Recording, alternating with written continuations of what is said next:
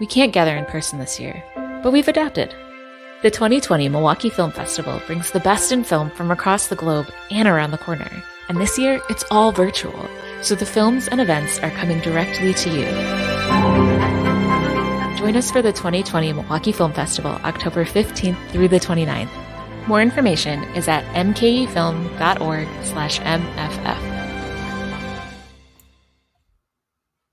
Good evening, everyone, and welcome to day one of the 2020 Milwaukee Film Festival presented by Associated Bank. I'm Kara, and I'm the artistic director at Milwaukee Film, and I'm thrilled to welcome you to the first of our nightly episodes of the Nightcap, which is presented by the Yabuki Family Foundation. This opening night is unlike any other.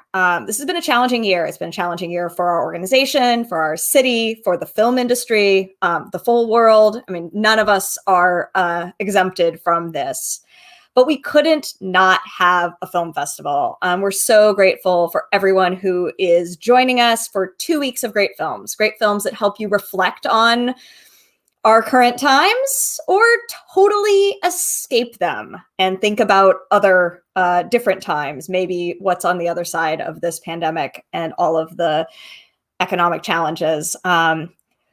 It was really vital for us to do the thing that we do best, the thing we can only do in this time, which is to connect great stories and great storytellers with you, our audiences, giving you that kind of opportunity to think, to reflect, to engage, and to support artists who are also, really wanting to connect with you all. And I think we'll be hearing that a lot over the next 2 weeks. And then on opening night, I think it's really important to have fun. Our film this evening, our opening night film, which is, of course, available for the rest of the Infest. You get to choose when opening night is. Thank you, those of you who joined us tonight for opening night. Helps us sort of have a little bit of that fun. Opening night is always fun. And, we're not going to walk down the block to a dance party, but you get to watch my cat. Yeah, I mean, I'm into it. It's fine. It's just different. I'm going to do some housekeeping here to remind you to cast your vote for the Alan H. Budd and Suzanne L. Seelig Audience Award. To do that, you're going to go with either your ticket code or your pass to watch.mkefilm.org, go to the film that you watched, and click through where it says click here to vote, and you'll vote. Same scale as always. 5 is excellent. 1 is not so excellent.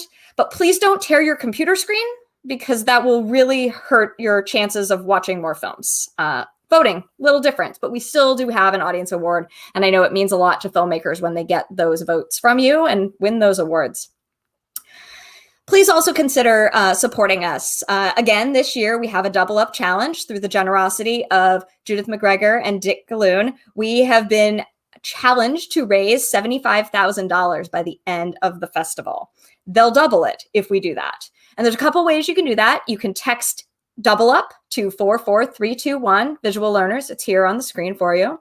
You can also go to our website, mkefilm.org/donate. Or if you're not already a Milwaukee Film member, if you join us as a member during the festival, your donation to your membership also counts toward that doubling. And members, thank you for your support. You are the lifeblood that keeps us going. You really help us sustain what we do throughout the year, as well as during the festival. I miss seeing you all and giving you free compliments during my film intros. Please know that I'm very certain that I love whatever shoes you're wearing or not wearing. My favorite part of the virtual festival is definitely that I don't have to wear real shoes. We'll see if I show you my shoes. But members, we miss you.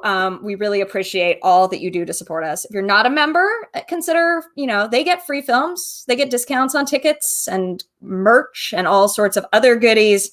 And they really help keep us going throughout the year. So we want to thank our members. We want to welcome those of you who are considering becoming a member. And we're already on our way toward that double up challenge. We've raised over $17,000 already. But $17,000, not $75,000. So let's keep that momentum going. It's opening night. Let's kick us off early and get us going. All right, that is enough housekeeping. I want to welcome on screen with me to Milwaukee. We talked about Milwaukee earlier in the backstage. I am thrilled to welcome the director of our opening night film. I used to go here, Kris Rey, as well as stars of the film, Gillian Jacobs and Brandon Daley. Hello. Hello, everybody. I'm going to remind those of you watching us out on the internet to put questions and comments in the chat. Some of you are already doing that. It's wonderful. As you ask those questions, I'm going to try to thread them into our dialogue, but I will get us started. And maybe we'll talk more about calming British shows if we run out of movie-related topics. The things we were talking about earlier. I feel like my first question always kind of starts at the beginning. So Kris, I want to talk a little bit or hear from you about the origins of this story as director and writer. And I've read that you spent like 3-ish plus now years with this project, bringing it from idea to fruition. Sort of, where did that start? It started probably like 2015. My last feature, Unexpected, got invited to some different universities. So I would show the film to students and talk about it and like talk in classes and stuff like that. And sorry, my son just came down. I had a feeling that was talking to Kara, who's a child.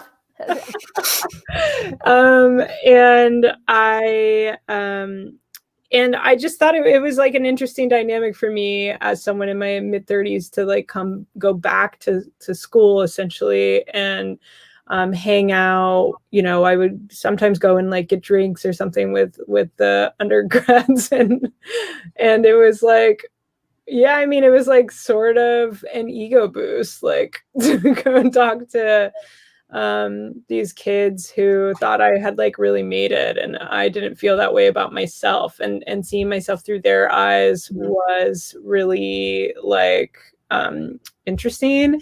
And I thought it would be kind of like intoxicating depending on where you were in your life, and that you might just want to kind of stay in that bubble if you could. So that's where the premise for the idea came from. Mm-hmm. And so, Brandon and Gillian, when you got kind of word or wind of the project, you know, was that what drew you to it? What drew you to the project? I think Brandon had a very different journey to this project than I did, considering he was written as a character in the script. And then I had to beg for my part. I got a much more normal like email from my agent saying, read this script. I love this movie. And I obviously already knew who Kris was. So, mine was a more normal casting process than Brandon's. He has a better story.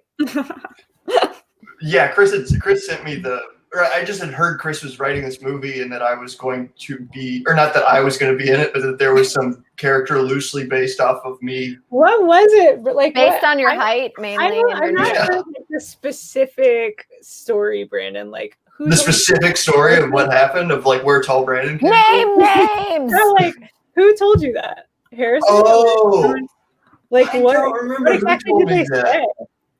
I don't remember. I just remember knowing in like we didn't really know each other. Like we had hung out in your basement like 4 times maybe, and like just loosely knew each other. And I remember we went to the Maryland Film Festival and I had known going there that you had written a character based on me, but we didn't really know each other that well. And I like walked into a room, into a party, and like I'm like, oh no, there's Kris. I'm gonna have to talk to her about this character she wrote based off me.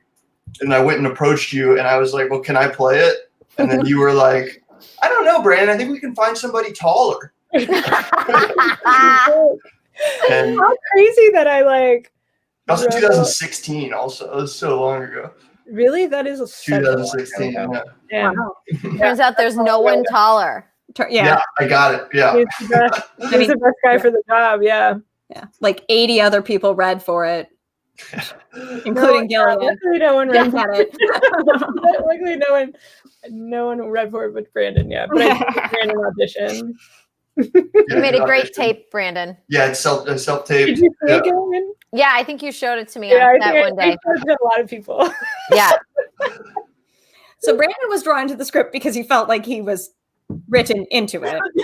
But Gillian, when your agent sent it and was like, I love this, I mean, I'm going to say you loved it because, Kris is right Here there. we are. But, but what was, were you drawn to that same kind of, hey, what is this premise of like being seen as cool when you don't feel so cool? Or were there other parts of the character that you were drawn to? Gillian, that's Gillian's every day. That's pretty much my internal monologue. But that wasn't even what resonated with me. That's too deep. That like my unconscious wouldn't let me acknowledge that part. I thought that she was just such a great character overall, not just that dynamic, but everything that she was going through. I was so excited that it was also a story about a woman who is struggling with her career and that her job and her work are a part of the story and a part of the focus of the film, because I don't read a lot of scripts with that component for female characters. So I'm always really excited when I do. And I thought it was really funny.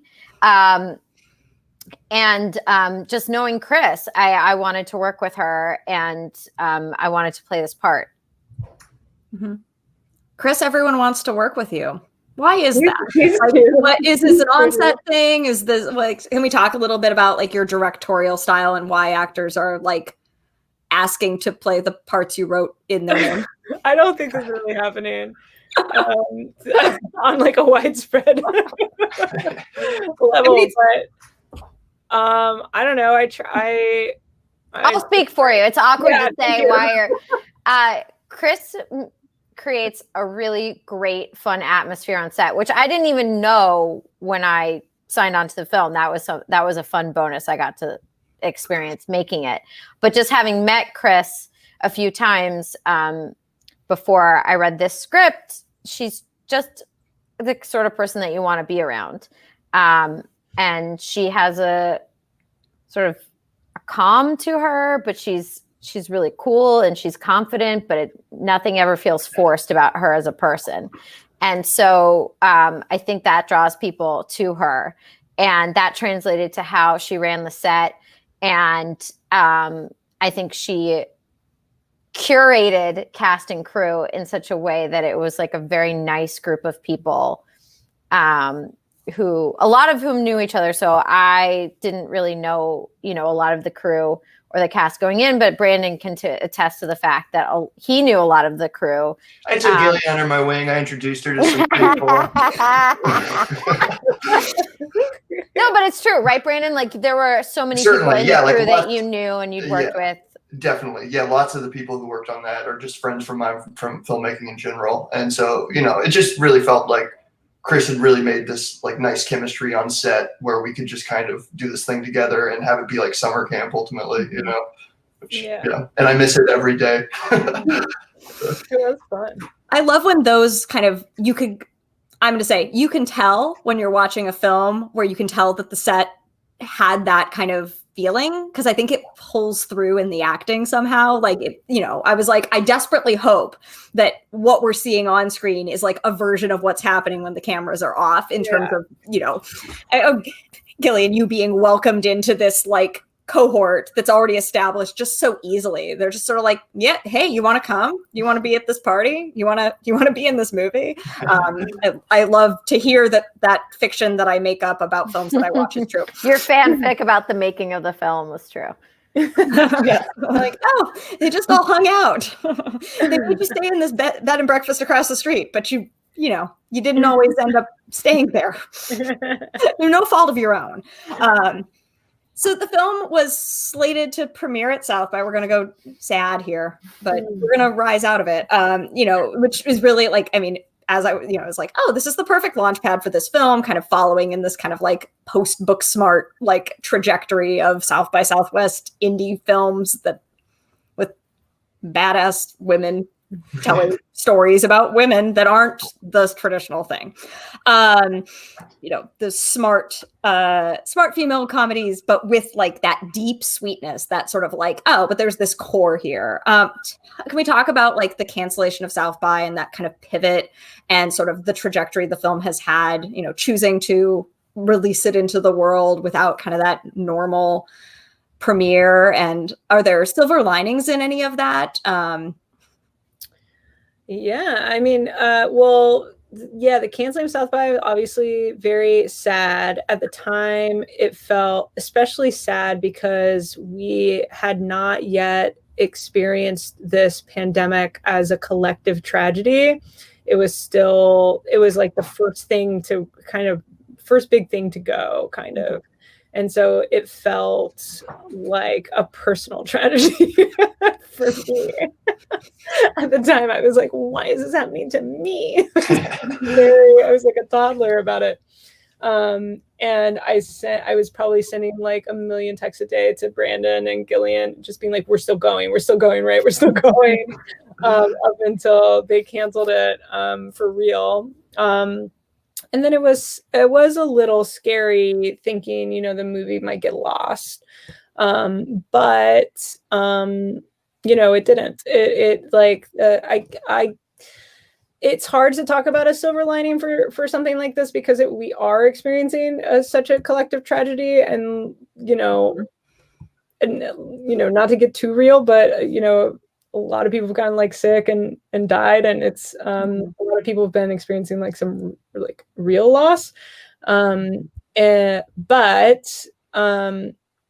there are a lot of people at home that are wanting to watch movies, especially comedies, and I do think that the timing of the release in August, it was a time where people were wanting to watch something new, and there wasn't a lot coming out. So we got a lot of viewers, and we got a lot of good press, and ended up finding a home and finding an audience in a way that was really different than I anticipated. And we didn't get to we've never sat in a theater together and watched the film with an audience.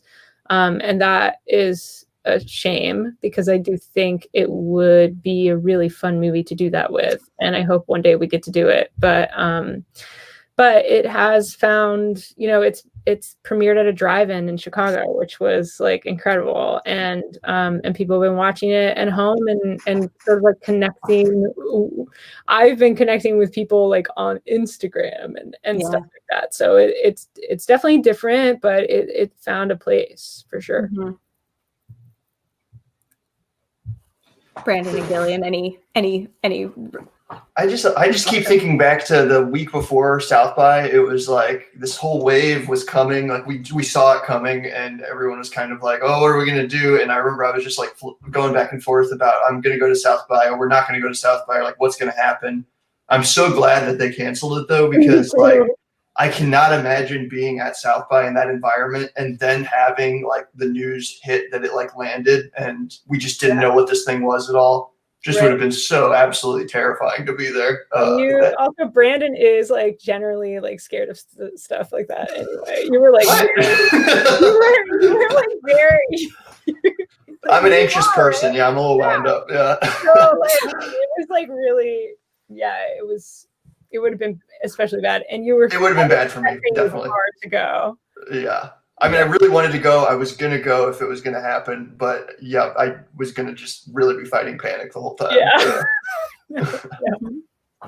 We've got some questions coming in that I'm going to group together. They're kind of about like setting and location. A question about like deciding to place Kate's apartment in Lincoln Square and not Ronald Brown line stop. And then sort of questions about like, is any of it, I think there's a recognition. We're here in Wisconsin, right? I think there's like, this is a film that looks very recognizable in a lot of ways. Wondering if any of it is filmed here. And impressions of our state. We learned that everyone has been to Milwaukee, so we can do a little Midwest roundup here. Great. Okay, how should we attack these? Well, part of our film was filmed in Wisconsin. True. The lake, that whole sequence is in Wisconsin. Camp Omega. Yeah. And so we all went there and got to spend, was it 2 nights or 1 night, Kris? 2 nights. 2 nights. And my dad was from Chicago. So my dad's family always went to Lake Geneva every summer. So we were very close to a part of Wisconsin that I am very familiar with and have been to many times. And I have been to Milwaukee, and I have gone to the Milwaukee Art Museum, and I watched the wings flap, and it was very exciting and beautiful. And years ago, I filmed a different movie in the dead center of Wisconsin, sort of near the Wisconsin Rapids. Oh, yeah. So check me out. A lot of work. How much Wisconsin film industry experience here? Brandon, What do we got? justify your connection to Wisconsin now. Well, I'm a bit of a lush, and so I do like I do like Milwaukee and their beer. Yeah, so my friends and I, back when you could do stuff, would always go up to Milwaukee and just have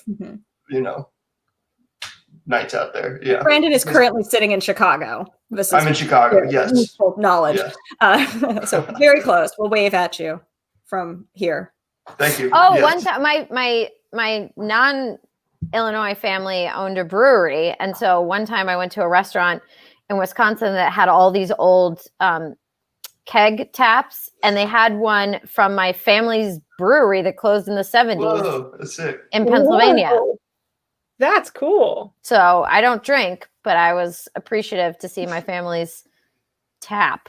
That's cool. Mm-hmm. And so, Kris, setting the opening of the film in like the specific part of Chicago, is this? I just live in Lincoln Square. Where you live? I just like wanted it to be easy for me. So really wanted. My DP and I were shot listing, and we were thinking about that opening shot, and I really wanted, a shot of her walking like down the street, across the street, like a long shot, and I wanted there to be a train in the background. So we were looking for just like spots that we could do that, and we were looking at a spot in Uptown, and then that's my train stop on the Eastern Brown Line, and honestly, like we were just the interior bar that she meets Bradley Cooper in is basically where so we were just shooting both of those things on the same day. So it was like a matter of like just like production logistics. So where Gillian walks like under the train, across the street and down, and kind of like opens the door to an apartment and goes in, that's just the outside of the bar that we were shooting in the Bradley Cooper scene. So it just worked like on a practical level for that day. So that's kind of why, but we definitely wanted it to seem like Chicago, but I didn't want it to be like downtown Chicago because no one actually lives there. I wanted to feel like a neighborhood, and I just wanted to be authentic to actually living in Chicago. Mm-hmm. Yeah, Chicago just looks good on camera too. It does. Yeah, tends to. I love these movie magic moments where you're just like, well, this shot and this shot, which are nowhere near each other, like in the film's geography, are actually like a doorway away because that was how it worked. And it's like, all that behind the scenes stuff is always fun to learn about. Like, oh yeah, that's just for efficiency's sake. You can't afford to drive all over the state and get.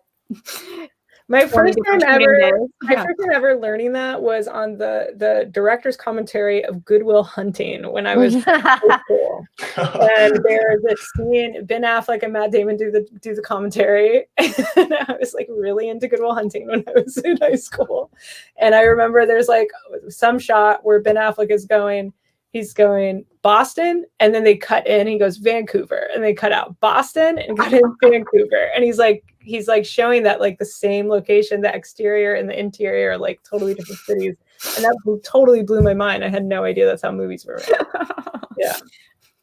And then you were like, this makes me want to be a filmmaker. And I was like, I hope they win an Oscar. those boys. We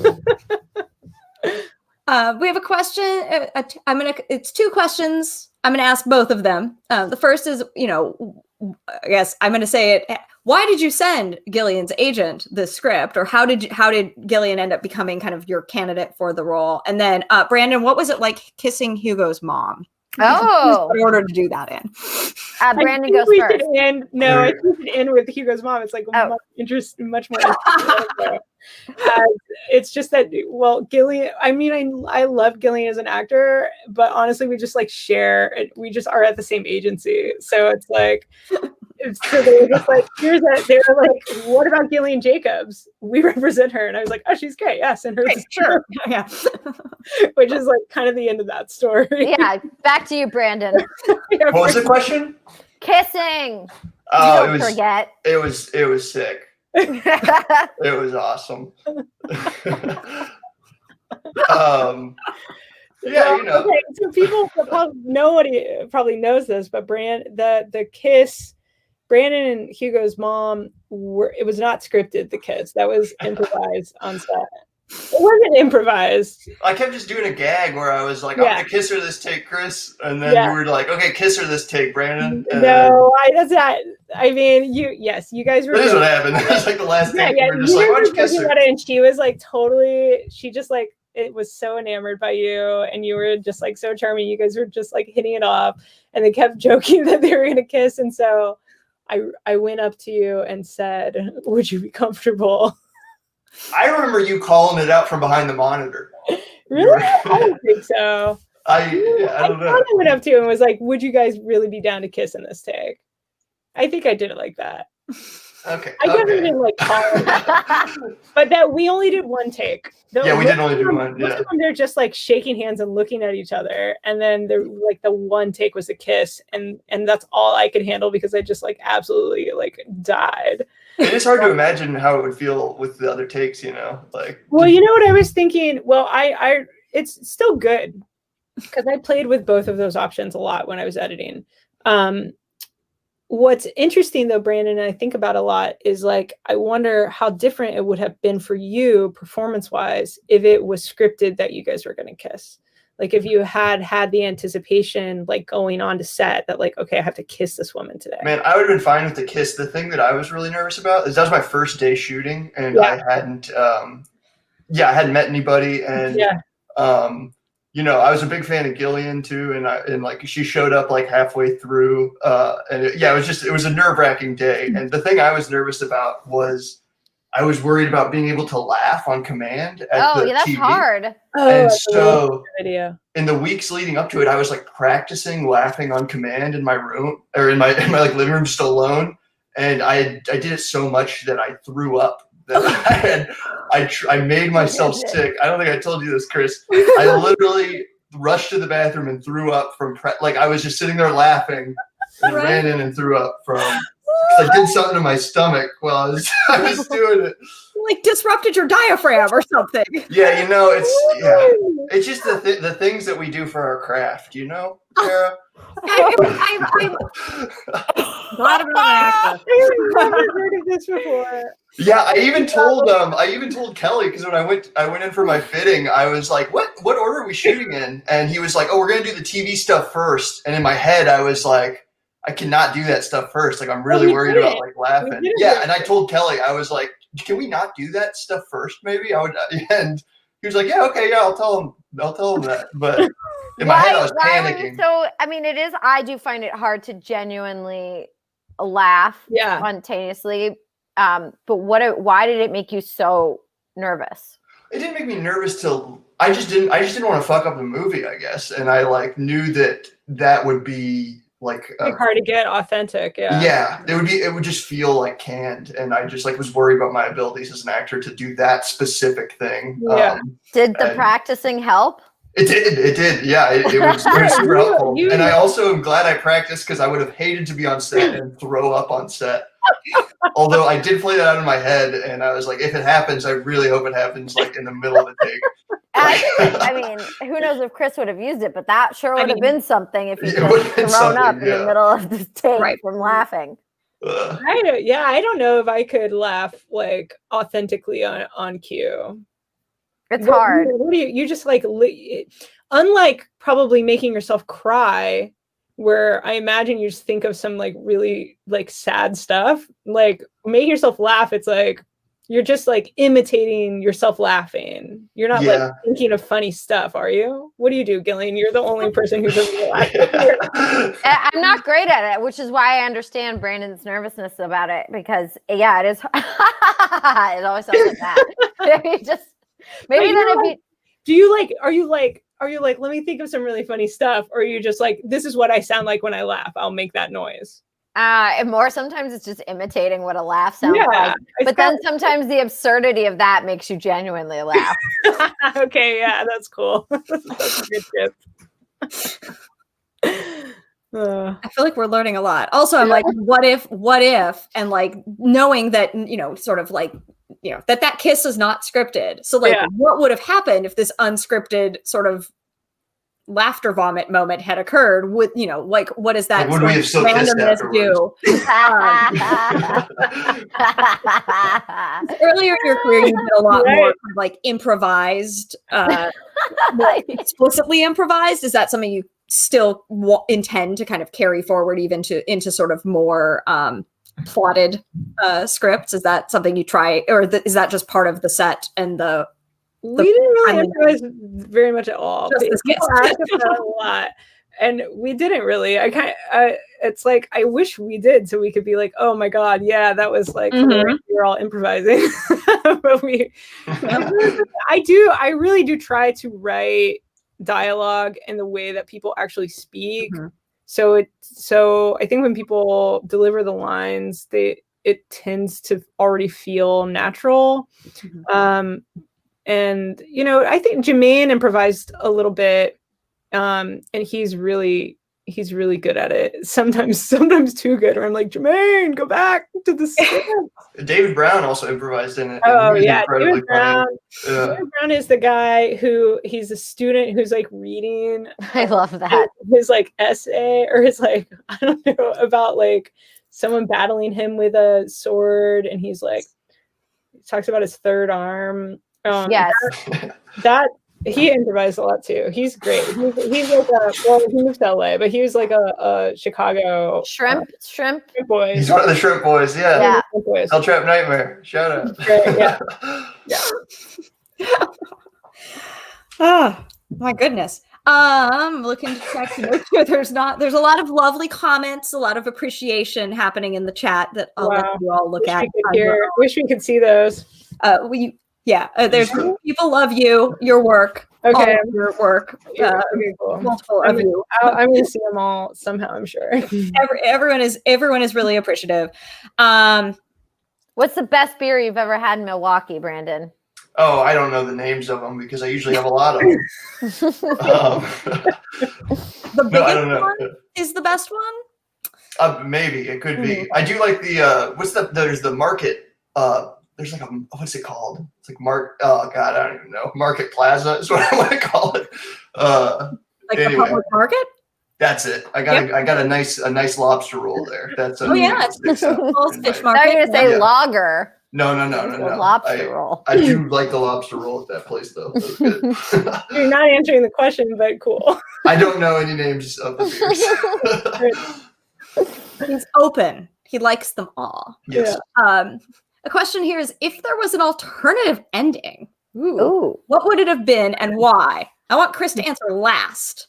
I want Brandon to go first.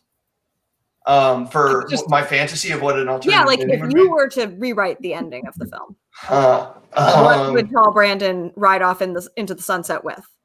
Oh, I would probably I'm not sure. It'd be cool if I was. I don't know. That's a hard question. It'd be cool if I was like watching the movie, like the closing scene is me watching the movie on the TV with the mom, and so it gets really meta, And then there's like an extreme close up on a computer while I go to the computer and like write a negative review of the movie online.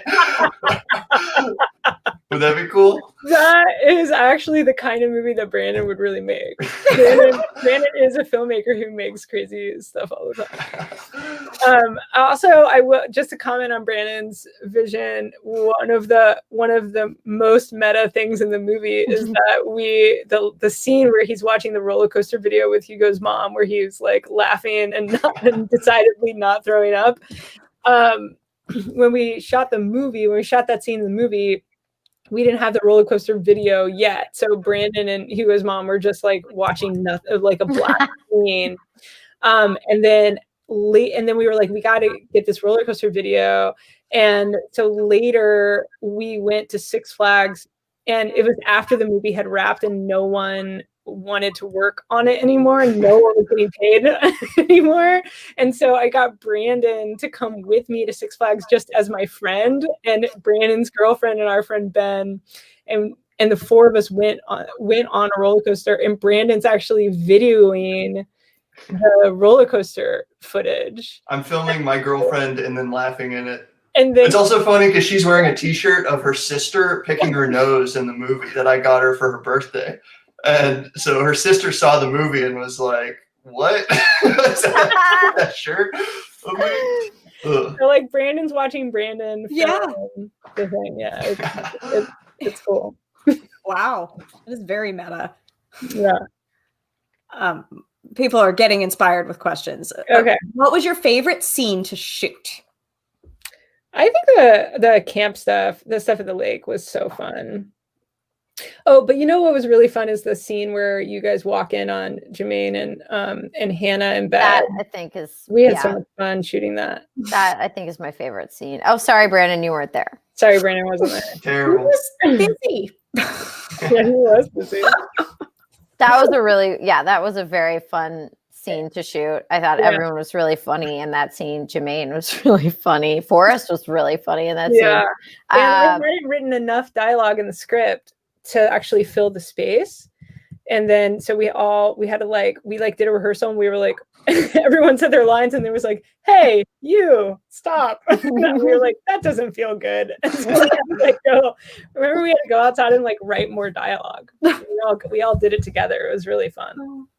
Yeah. And Brandon, you were eating chocolate souffle. Yes, I'll take the trade-off. I had fun shooting with the mom. You got that night off. You got that night off. Gillian, what's your favorite scene to shoot? I agree with Kris. I think the sneaking in, that it was just really funny and silly. And I think I liked the lake less than Kris did because of how cold the water was. So I like watching the scene in the movie. I didn't love the temperature of the water. Yeah, sorry. So many like physical difficulties of acting that it's always the opposite of what you want. I don't remember being that cold, but it was really slimy. It was cold. Okay, yeah. It was the classic thing of the day before we shot the scene. It was really hot, and so the water felt great. Right. And then the day remember it was going to rain, or it rained in the morning, so the temperature dropped, and then suddenly when you actually had to be in the water, it was no longer refreshing. But that is like almost without exception. It's either I've shot movies where it was supposed to be winter, and we shot it in the dead of summer, wearing like polyester and pleather, so it's always the opposite. You're freezing cold when it's supposed to be hot, and you're like pouring with sweat when it's supposed to be cold. So you're supposed to be laughing, and there's nothing funny on the TV because there's no roller coaster video yet. I mean, that's kind of funny. The absurdity of making things will sometimes also make you laugh, right? Like I'm looking at nothing. Question about how / maybe when did the Lonely Island slate get attached to the film? Is that always early? Gillian was not attached yet. We were. I had the script. It's not the final draft of the script, just a good draft of the script, and I went and met with a bunch of different production companies to see who would be a good fit to make the film. And I met with Becky Sloviter, who was running the Lonely Islands production company at the time, and we totally hit it off, and she loved the script, and the guys wanted to be doing more stuff than just like their own stuff, and so they were looking for like, you know, they were looking for a script like this, and so it just wound up being a really good fit, and then I got to know Yorma, who is great and so fun and nice, and obviously like really talented, and he at the time had a part in the movie that was called The Guy on the Train. Oh yes, I remember The Guy on the Train. There was like this whole sequence where that we didn't end up shooting because we just like couldn't afford it, / it's really hard to shoot on a train, where Gillian's character like actually takes the train down, and there's like these scenes on there. And so Yorma wanted to play the guy on the train, and then the guy on the train got cut out, and he was like, wanted to play Bradley Cooper, which of course he's like incredible at. Yeah. Poor guy on the train. Yeah. Better about it, I think. Yeah. A question about your college. I mean, Kris, you talked a little about like sort of returning to colleges, and with with your previous film, and that kind of inspiring some of the script itself. But sort of, where did y'all study, and did you study filmmaking or acting? These are. I studied at Southern Illinois University in Carbondale, Illinois, which is why the movie takes place there. And I did study film while I was there. Yeah. You're a proud Saluki. I went to Juilliard. Did you have a good experience there, Brandon? It's all right. Sorry, that's a dumb joke. I went to Northwestern, and I studied filmmaking and economics. And I went to Juilliard, and I studied acting. So you're all have your the papers to prove why you do what you do. I think I've lost my diploma, but yes. Well, somewhere it lives on in there's your a paper. You earned it. Oh, I really like this question because it feels like completely like relevant, but is a good like kind of general question. Is the best book you read when you were in college? Oh, that's a great question. Isn't that a good question? That's a great question. Did I read books in college? I didn't have any academic classes at Juilliard, so I, for fun, would read novels when I was supposed to be doing like my voice and speech homework. As an act of defiance, I would read novels. And then during the summer between my freshman and sophomore year, my sophomore and junior year, I went and took classes at universities for fun because I was not getting any kind of academic lecture hall class. So I actually spent a summer at the University of Chicago, and I took a literature course there. And I remember reading I read some Faulkner. I remember that summer, and Faulkner is a pretty good writer. So let's say As I Lay Dying.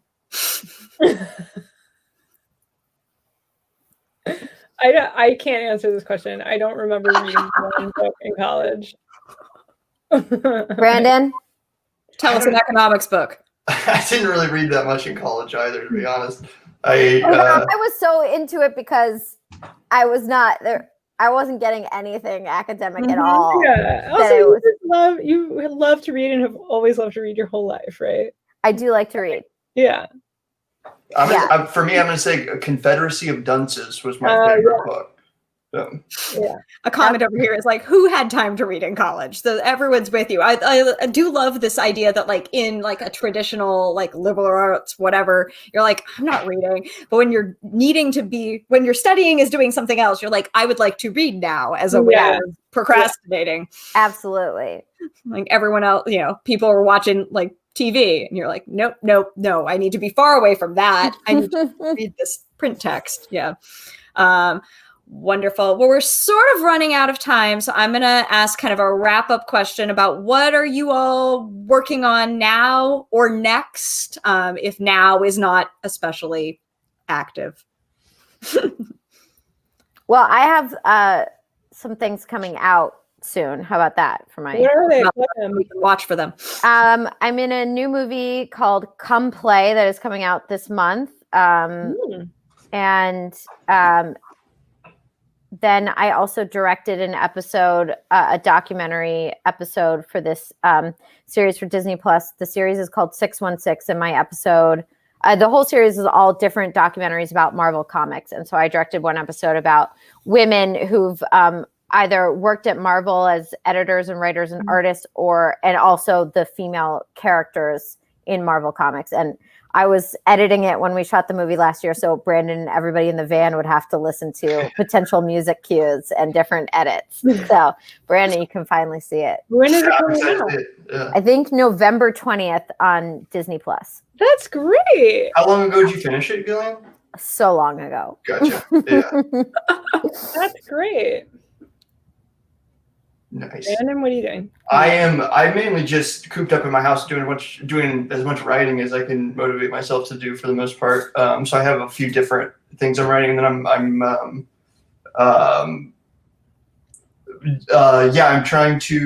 acting in my friend's. I have a small role in my friend's film, All Jacked Up and Full of Worms, from my friend Alex Phillips, who worked on this film as well. So I'm going to act in that next month, I don't know. That's pretty much it for right now, I reckon. Yeah. I'm just writing. I'm writing a new feature that's also a comedy that I'm excited about, and that's all I'm doing is writing. Mm-hmm. And hanging out with kids. Hanging out with my kids. Doing Q&As. You and Q&As, yeah. Interacting with the outside world. I enjoy doing that. Well, thank you so much for being here with us here in Milwaukee. We'll just keep using those metaphors. If y'all out there haven't yet seen the film, this should give you reason to watch it. Go watch it, the Milwaukee Film Festival. And Kris is going to be doing kind of a masterclass style, more of a conversation about filmmaking on Monday the 26th. So poke around, stay tuned, watch for that on, wherever you're watching us right now. And thank you all for being here with us.